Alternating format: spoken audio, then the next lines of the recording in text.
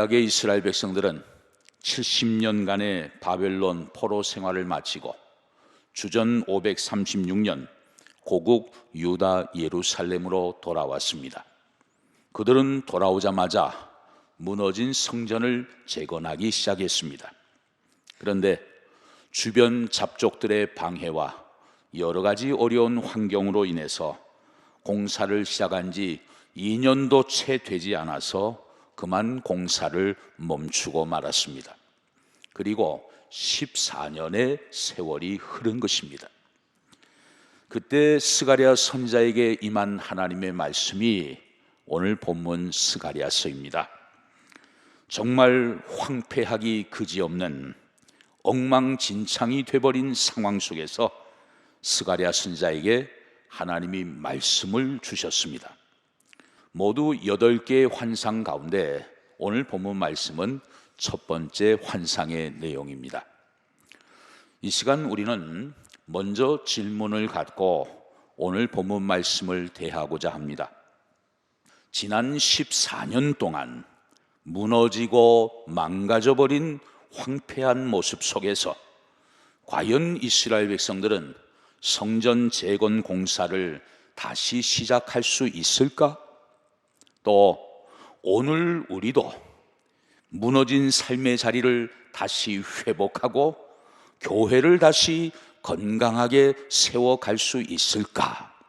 이런 질문들을 가지고 오늘 본문 말씀을 살펴보려고 합니다. 먼저 8절 9절을 보시죠. 내가 밤에 보니 한 사람이 붉은 말을 타고 골짜기 속 화석류 나무 사이에 섰고 그 뒤에는 붉은 말과 자줏빛 말과 백마가 있기로 내가 말하되 내 주여 이들이 무엇이니까 하니 내게 말하는 천사가 내게 이르되 이들이 무엇인지 내가 네게 보이리라 하니. 이 환상은 소위 붉은 말 탄 자의 환상입니다. 8절 상반절에 보면 붉은 말을 탄 사람이 골짜기 속에 있는 화석류 나무 사이에 서 있습니다. 그리고 8절 하반절에 보면 그 사람 뒤에 또 붉은 말이 등장합니다. 첫 번째 붉은 말은 히브리어로 아돔이라는 단어를 썼고 두 번째 붉은 말은 히브리어로 아두밈이라는 단어를 썼습니다. 첫 번째 붉은 말은 단수이고 그 뒤에 두 번째 붉은 말은 복수 형태로 돼 있어요. 그 뒤에 자줏빛 말과 백마가 나오는데 이들도 다 복수로 나와 있습니다. 그러니까 붉은 말 탄 사람 뒤에 수많은 말 탄 기병들이 쫙 늘어서 있는 모습을 우리가 짐작해 볼 수 있겠습니다. 이 모습을 보고 스가랴 선지자가 질문합니다. 주여, 이들이 무엇입니까? 그때 천사가 대답하지요.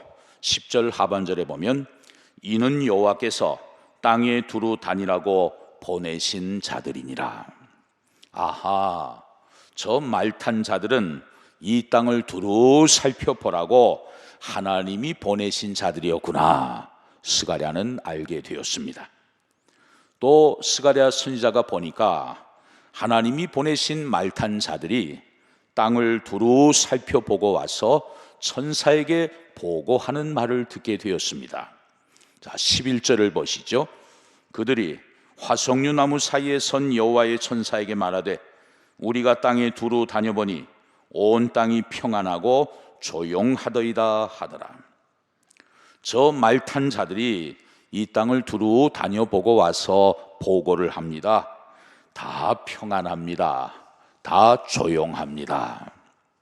그렇다면 그 보고를 받은 천사가 잘 됐구나, 문제가 없구나, 그렇게 보고를 받아야 되는데 실은 그렇지 않아요. 즉시 하나님께 천사는 이렇게 간구합니다. 12절을 보시죠. 여호와의 천사가 대답하여 이르되 만군의 여호와여, 여호와께서 언제까지 예루살렘과 유다 성읍들을 불쌍히 여기지 아니하시려 하나이까? 이를 노하신 지 70년이 되었나이다 하면, 이 말씀은 뭔가 앞뒤가 잘 맞지 않는 내용처럼 보입니다. 그래서 해석이 좀 필요합니다. 이스라엘 백성들이 포로 생활에서 돌아와서 다시 성전을 짓기 시작했습니다. 그러나 얼마 안 짓다가 그만 공사를 중단하고 말았습니다. 중간에 짓다 말아버린 황무지와 같이 엉망이 되어버린 그 현장을 둘러보고 붉은 말 탄 사람과 기마병들이 조용합니다, 평안합니다, 그런 보고를 했습니다. 그러나 사실은 평안하지 않은 거죠. 하나님의 역사가 멈춰서버린 그것은 가짜 평안이었습니다. 그래서 천사가 오히려 하나님 앞에 간절히 간구합니다. 하나님, 언제까지 당신의 백성들을 이렇게 그냥 놔두시겠습니까? 벌써 70년이 지났습니다. 여기 70년은 바벨론의 포로 생활 70년을 의미하지만 오랜 시간을 상징하기도 합니다. 이렇게 긴 시간이 지났는데 하나님 언제까지 가만히만 계시겠습니까? 저기 저거 평안한 게 아닙니다. 언제까지 당신의 백성들을 저렇게 신음 속에, 저렇게 황무지 속에 엉망으로 놔두시겠습니까? 그런 간절한 탄원을 하고 있는 거죠. 이런 천사의 간구에 대하여 드디어 하나님께서 환상 중에 응답을 주십니다. 모두 3가지 말씀을 주셨는데 그 말씀을 13절에 보면 선한 말씀, 위로하는 말씀이라고 소개하고 있습니다. 자, 하나님이 주신 말씀이 어떤 말씀일까요? 첫 번째로, 나는 질투하는 하나님이다, 그런 말씀을 주셨습니다. 자, 본문 14절 하반절부터 15절 말씀을 보시죠. 만군의 여호와의 말씀에 내가 예루살렘을 위하여 시온을 위하여 크게 질투하며 안일한 여러 나라를 때문에 심히 진노하나니 나는 조금 노하였거늘 그들은 힘을 내어 고난을 더하였습니다. 나는 예루살렘을 위하여 시온을 위하여 크게 질투한다. 그리고 내 백성을 괴롭히는 여러 나라들에 대하여 심히 진노한다. 그렇게 말씀하셨습니다. 출애굽기 20장에 보면 하나님께서 모세를 통해 주신 10계명의 말씀이 기록되어 있습니다. 우상을 만들지 말라고 말씀하시면서 출애굽기 20장 5절에 보면 그것들에게 절하지 말며 그것들을 섬기지 말라. 나 내 하나님 여호와는 질투하는 하나님이다. 그렇게 말씀하셨습니다. 하나님은 질투하시는 분이다. 이 말씀은 무슨 의미가 있을까요? 그것은 하나님이 나를 질투하시기까지 사랑하신다는 거예요. 사랑하지 않으면 질투할까요? 안 할까요? 질투 안 합니다. 사랑하니까 질투하는 거예요. 그래서 우리가 하나님보다 재물을 더 사랑하면 하나님은 질투하십니다. 우리가 하나님보다 세상을 더 좋아하고 섬기면 하나님은 질투하시는 거예요. 우리는 하나님의 자녀들입니다. 하나님께 속한 자들입니다. 우리를 자녀 삼으시기 위해서 자기 아들을 죽이시기까지 우리를 사랑하신 분이 바로 하나님 아니십니까? 그런데 하나님 말고 다른 데 정신 팔려 있는 나를 하나님은 질투하셔요. 있어야 할 자리에 없는 나를 보시면서 하나님은 질투하십니다. 돌아와야 하는데 여전히 방황하고 있는 나를 하나님은 질투하시는 거예요. 그러나 질투하실 만큼 우리를 사랑하시기 때문에 우리가 결심하고 하나님만 사랑하겠습니다, 하나님만 의지하겠습니다, 마음과 정성과 힘과 뜻을 다하여 하나님만 사랑하겠습니다, 하나님만 섬기겠습니다, 말씀대로 순종하며 살아갈 때 하나님께서 반드시 우리에게 넘치도록 축복해 주실 줄로 믿습니다. 두 번째로, 나는 먹줄 치는 하나님이다. 그렇게 말씀하셨습니다. 자, 본문 16절을 보시죠. 그러므로 여호와가 이처럼 말하노라. 내가 불쌍히 여김으로 예루살렘에 돌아왔은즉 내 집이 그 가운데에 건축되리니 예루살렘 위에 먹줄이 쳐지리라. 만군의 여호와의 말이니라. 먹줄이 쳐진다. 이 말씀은 무슨 뜻일까요? 건축하시는 분들이 먹줄을 치는 모습을 언젠가 본 적이 있습니다. 이쪽 끝에서 저쪽 끝까지 먹줄을 팅 하고 놓으면 거기에 줄이 딱 쳐지죠. 그 먹줄을 따라서 벽돌을 쌓게 되면 아주 반듯하게 똑바로 벽돌이 쌓여지게 됩니다. 오늘 본문에 나오는 먹줄은 회복의 의미를 갖고 있습니다. 성전을 반듯하게 다시 재건하시겠다는 거예요.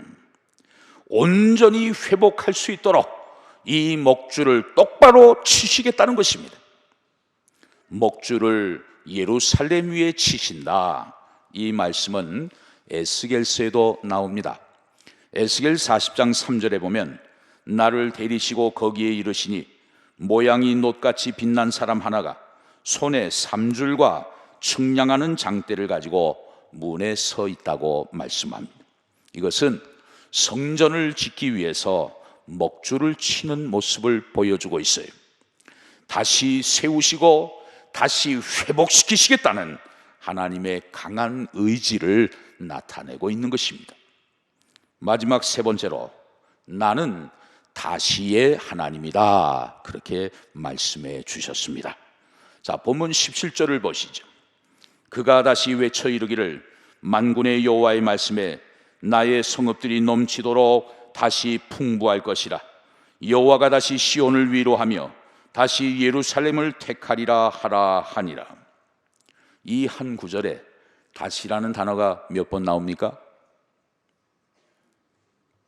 너무나 어려운 질문을 드렸어요. 몇 번 나옵니까? 4번씩이나 등장을 해요. 여러분 중에는 이런 분들이 계실 수가 있습니다. 내 삶이 다 무너져 버렸는데 다시 일어날 수 있을까? 망가져버린 내 가정이 다시 회복될 수 있을까? 열정을 잃어버린 신앙생활 다시 신나게 해볼 수 있을까? 이렇게 치이고 저렇게 치이고 때로는 오해를 받고 상처를 받고 그래서 이제는 의욕도 없고 뭐 맡아서 하기도 싫고 그냥 손을 놓아버린 지 오래된 내가 다시 즐겁고 행복하게 교회 생활을 할 수 있을까? 힘들어하는 자녀들의 삶의 모습을 봐도 그렇고 내일이 불확실하고 불안정한 직장을 봐도 그렇고 흥미를 잃고 재미를 잃어버리고 대충 하고 있는 나의 신앙생활의 모습을 봐도 그렇고 흔들리고 무너진 삶에 과연 다시가 가능할까?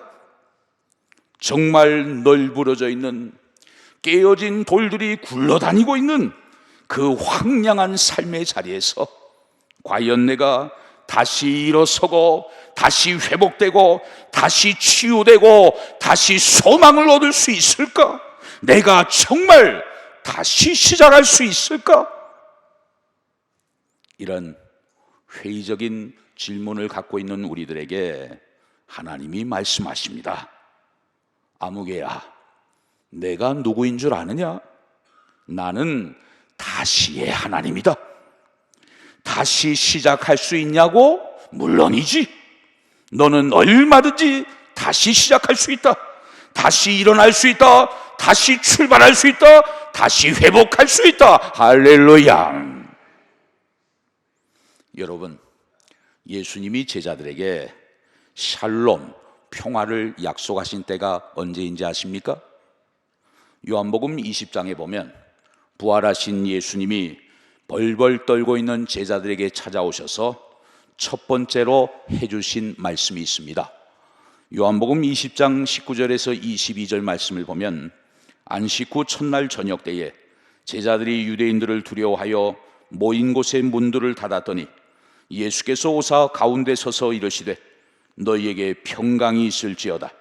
이 말씀을 하시고 손과 옆구리를 보이시니 제자들이 주를 보고 기뻐하더라.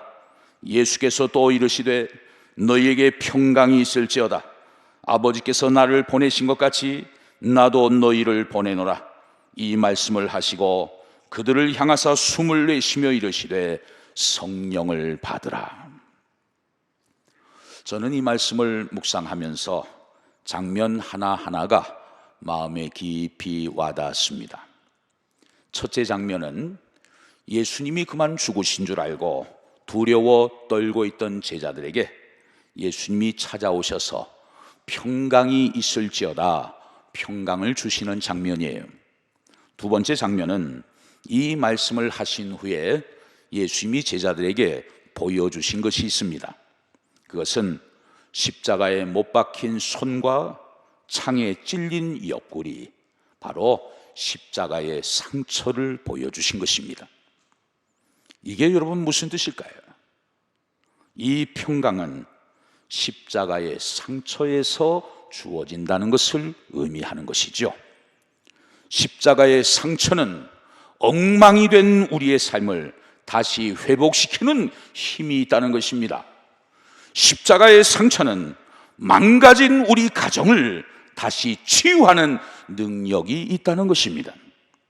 그래서 제자들은 예수님의 상처를 바라보고 불쌍하다고 얼굴을 찡그리지 않았습니다. 오히려 기뻐했습니다. 왜? 그 십자가의 상처로 인해 자기들이 치유될 것을 믿었기 때문이에요. 그 십자가의 상처로 인해 참된 평강이 임한다는 사실을 제자들은 알았기 때문이에요. 그래서 제자들은 주님이 주신 평강을 누리고 주님이 맡겨주신 일들을 감당하러 나아갔습니다. 실패의 자리에 그냥 주저앉아 있었던 것이 아니고 다시 사람을 낚는 어부로 새로운 사명의 삶을 시작하게 되었던 것입니다. 그러면 이제 제자들은 그 귀한 일을 어떻게 감당할 수 있을까요? 이전처럼 자기의 지혜가 아니고 자기의 경험이 아니고 자기의 인간적인 꾀, 인간적인 기술이 아니고 오직 하나님의 힘으로 성령의 능력으로 그 귀한 사명을 감당하게 되었던 것입니다. 여러분, 혹시 이 자리에 인생의 고민을 많이 갖고 오신 분들 계시지 않습니까? 내 인생 다시 시작할 수 있을까? 내 삶에 다시 내일이 있을까? 우리 가정에 다시 소망의 빛이 비추어질 수 있을까? 나의 신앙생활에 새로운 전환점을 맞이할 수 있을까? 회의적인 생각을 갖고 있는 분들이 있다면 오늘 말씀을 잘 들으셔야 합니다. 언제부턴가 내 인생이 망가지고 엉망으로 엉켜있는 삶의 실타래를 보면서 어떻게 그것을 풀어야 할까? 도대체 어디서부터 다시 시작해야 할까? 고민하며 낙심하고 있는 분들에게 예수님은 다시 시작할 수 있다고 말씀하시면서 십자가의 상처를 우리에게 보여주십니다. 못자국 난 손을 보여주십니다. 창에 찔린 옆구리를 보여주십니다. 여러분, 왜 이것이 우리에게 기쁨이 되고 힘이 되는 것일까요? 이야기 하나를 여러분에게 소개합니다. 한 어머니가 있었습니다. 그 어머니는 얼굴 한쪽 면에 불에 탄 심한 화상 자국이 남아 있었습니다. 그 어머니에게는 어린 딸이 하나 있었는데 자기 어머니의 일그러진 얼굴을 너무나 부끄러워했습니다.